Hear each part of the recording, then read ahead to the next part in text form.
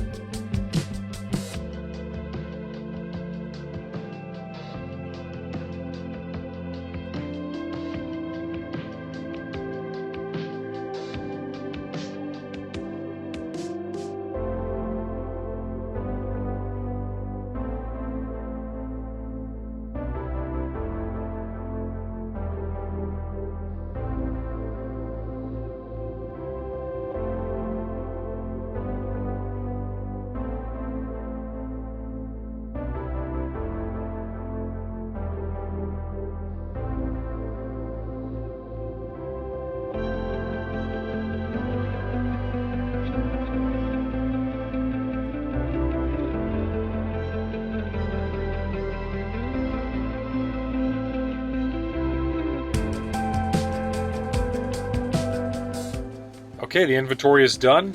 We have all the parts here. So if this is a kit that interests you, if you want to see this built, just go ahead and subscribe to the channel and make sure you follow. And hopefully sometime this winter we'll build this kit.